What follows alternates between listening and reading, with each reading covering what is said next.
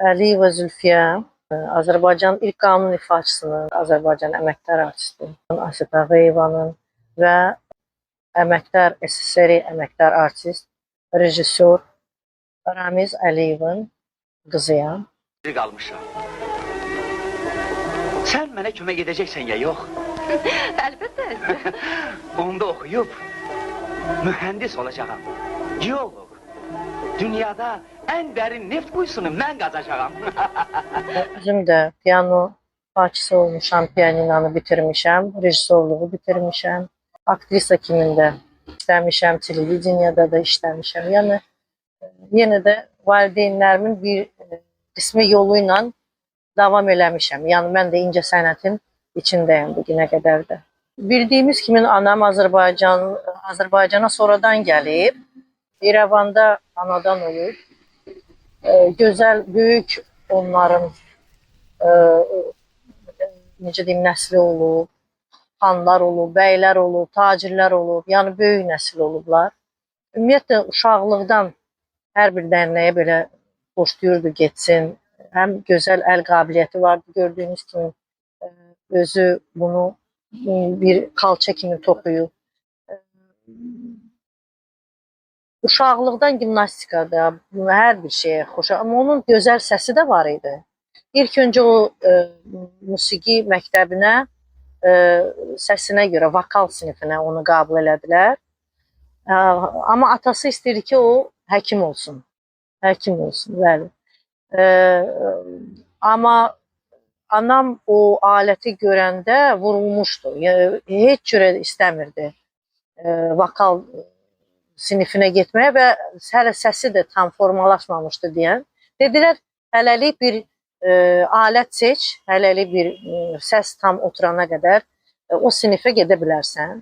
Və təbii ki, anam qanun alətini seçdi və İrəvanda 3-cü tələbə oldu qanun üzrə. Burada bu şəkildə də biz görə bilərik. Və çox valeh oldu, vuruldu alətə.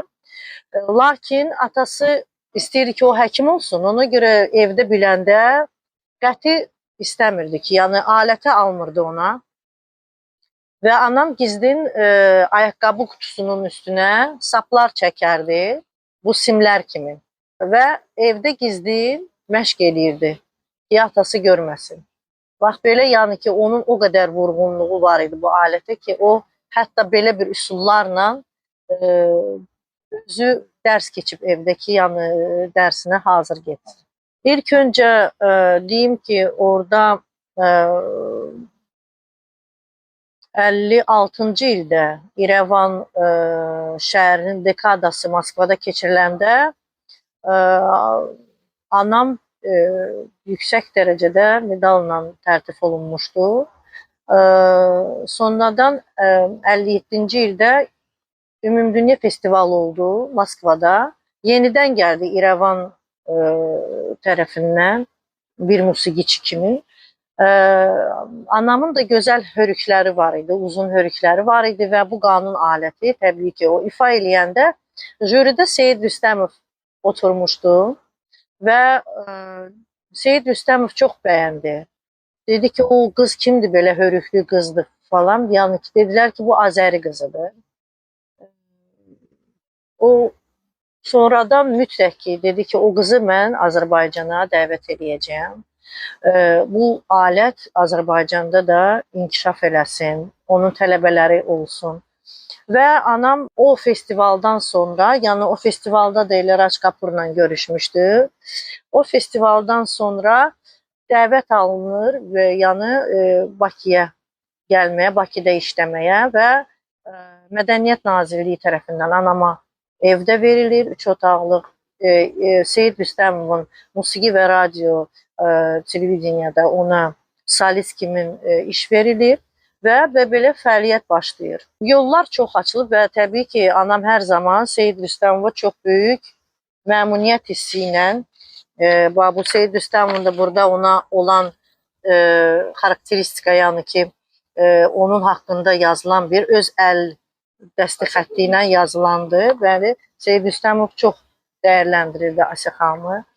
və belə onun Azərbaycanda fəaliyyəti başlayır. 63-cü ildə onlar 30 günlük turneye gedirlər. Müslüm Maqamayev, Sara Qədimova, Şövkət Ələkbərova, Mobil müəllim, Habil müəllim, Həbib müəllim, Tikəzban xanım. Yəni onlar hamısı belə bir gözəl turneye də gedirlər. Müslüm Maqamayev o turnede olaraq.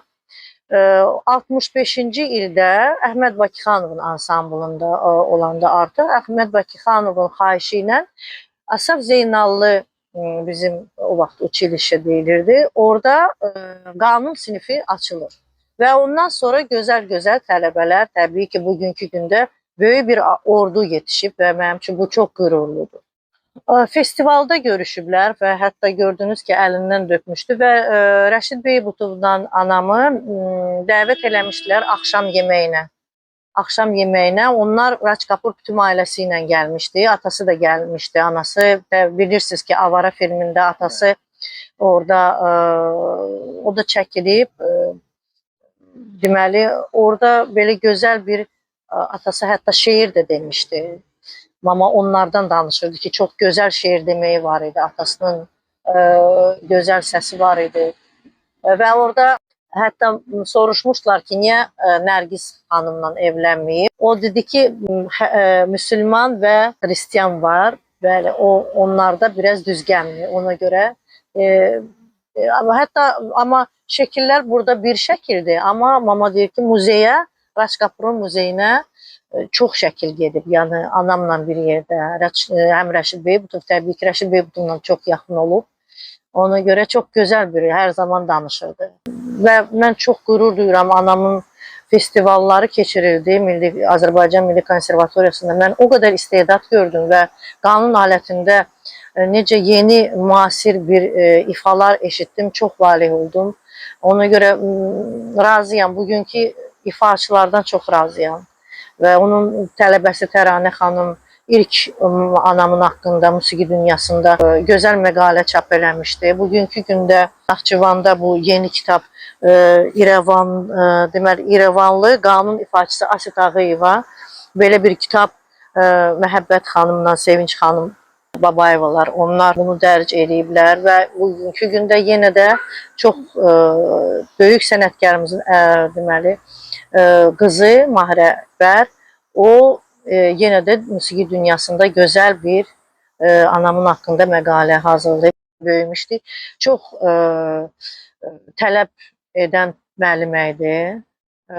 Amma onunla belə necə deyim, heç vaxt səs eşitməzdik ton qalxsın tələbələrinə. Çox can yandırardı. Çox belə onlara da belə can verən bir sevgi ilə yanaşardı, balaları kimi istəyərdi. Mən hətta yadımdadır ki, bir tələbəsi ona çəkmə gətirdi hədiyyə, hansısa bir bayram idi. Bir də gül gətirdi. Mamam qapıda, mən biraz pis oldum, düzdür. Amma o vaxtın insanların o tərbiyəsinə, işə sevgisindən deyirəm ki, dedi ki, o çəkmələri aparmamıya ver, nənənə bağışda, kiməsə gülü götürərəm, təşəkkür edirəm. Yəni ki, o heç vaxt belə tələbələrindən istəməz ki, nədəsə fikirləşsinlər, bəlkə nəsə Asiya xanıma gətirmək lazımdır. Yəni gül, bircə güldən başqa çox sevərdi və güldən başqa heç nə.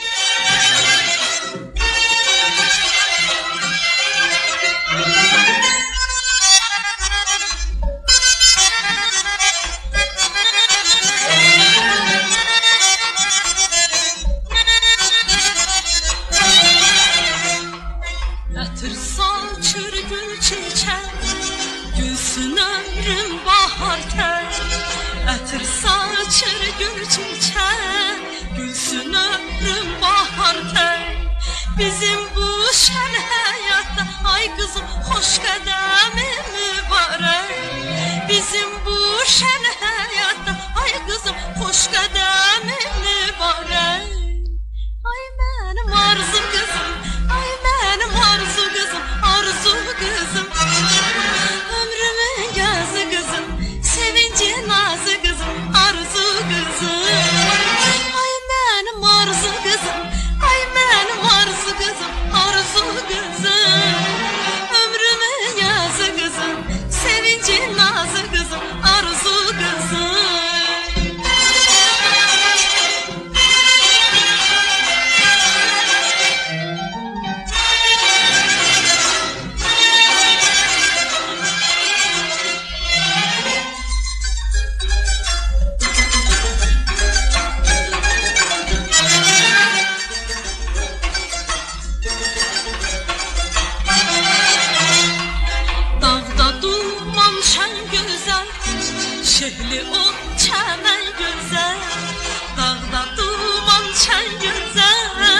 çiçekli o çəmən gözəl.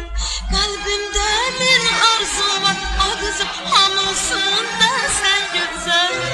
Qəlbimdə min arzu var, ay qızım hamısında sən gözəl.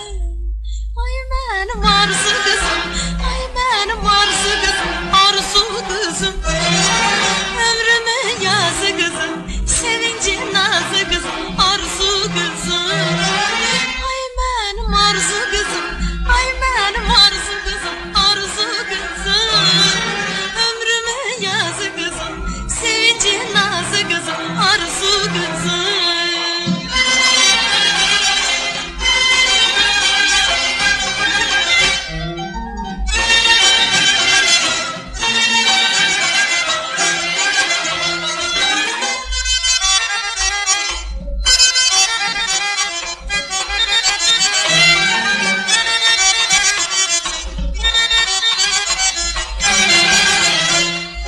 Ana kimi mehriban, var mı güzel bir insan?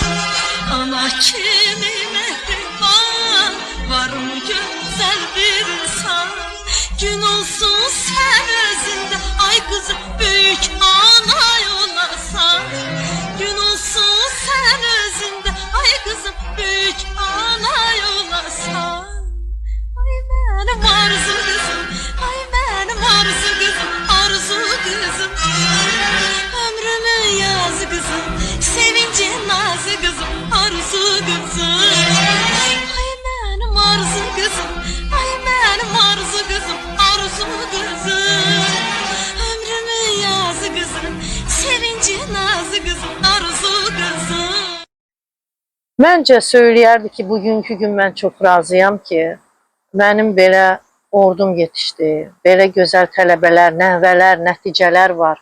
Bugünkü gündə mən elə düşünürəm, məndən də çox razıdır ki, çünki mən onun adını çalışıram, həm layiqincə daşıyım, həm adı onun sönməsin, yaşasın. Çünki o bir sinif açıb, bir İrəvanlı qız olaraq, o hər zaman o millətin içində olanda da deyirdi, mən türkəm.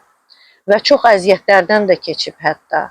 Amma o Azərbaycana sevgisi, o bu alətə sevgisi, hətta bu alət ona, məhz bu alət niyə böyük sevgi verirdi? Çünki onun aləti köhnəlmişdi və istəyirdi yeni alət olsun. Hətta maestro Nizamiyə söyləmiş ki, mənə yeni alət lazımdır. Və elə olur ki, Türk radiosunda anam ifa edir və orada tanınmış Türk ustadı Mehmet Sumer ismi olan o anamın ifasını eşidir və deyir ki, qız mən buradan gedə bilmərəm. Mən öz qanunumu, bu sədəfli qanunumu sənə hədiyyə edirəm və hətta orada onun öz yazısı da var ki, Mehmet Sumer'dən Asya Hanıma yadigar 1970-ci il. Necə sevmişəm, necə mənim üçün anam yaşayırsa, elə də bugün yaşayır və hər dəqiqə mənim fikrimdədir mənim anam. Ana başda tac imiş, hər dərdə ilac imiş, evin bir piri olsa da anaya möhtac imiş. Yəni, ana hər zaman lazımdır hər kəsə. Allah sizdən razı olsun. Yaşadırsınız və İrəvanlı olaraq bugünkü gündə mən düşünürəm ki, anamın son sözü də olar ki, nə vaxtsa mən onun bu aləti ilə verilişi onun İrəvandakı məhəlləsində, çünki hər zaman o məhəllədən danışardı, meçidlər olan məhəllədə, xanlar, bəylər olan məhəllədən danışardı, Təpəbaşı məhəlləsində istərdim ki, bu qanunla sizinlə birlikdə orada bir də veriliş çəkək. İnşallah mən düşünürəm ki, ən son arzusu və rahatlığı o olardı o dünyada. Çox sağ olun. Təşəkkür ederim. Mən sizə təşəkkür edirəm. Sağ olun, təşəkkür edirəm.